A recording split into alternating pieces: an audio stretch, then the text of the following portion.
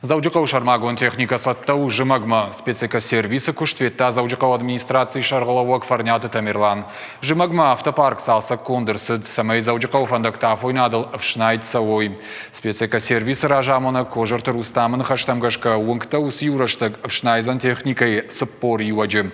Куштуат фандакта пархканзан жмишима сахай коммуналон службата жымагон раштаг амгуштканзашты пацахадон инспекции кущетима.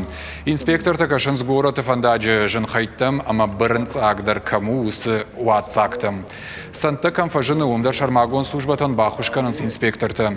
И наш магород рисават шванкотта сах жмишима реагенттыл райвын. Практика кудамон автомай бірінц аджиных маую хуждар хош. Практика больших городов, она показывает на то, что реагенты, они более экономично выгодны, более экологично выгодны. Поэтому, скорее всего, в новом году мы подготовим до Нового года коммерческие предложения с переходом на реагенты.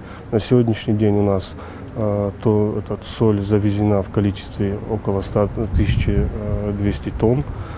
Также будет завозиться и песчаная смесь, это будет мытый песок, чтобы избежать на дорогах сколов машин и, естественно, тех аварийных случаев, которые происходят при разбрасывании песка на дорогах. Готовность стопроцентная, 40 единиц техники подготовлено, из них 15 КДМок, это плужно-щеточная техника, которая будет в первую очередь выезжать на дороги города Владикавказ.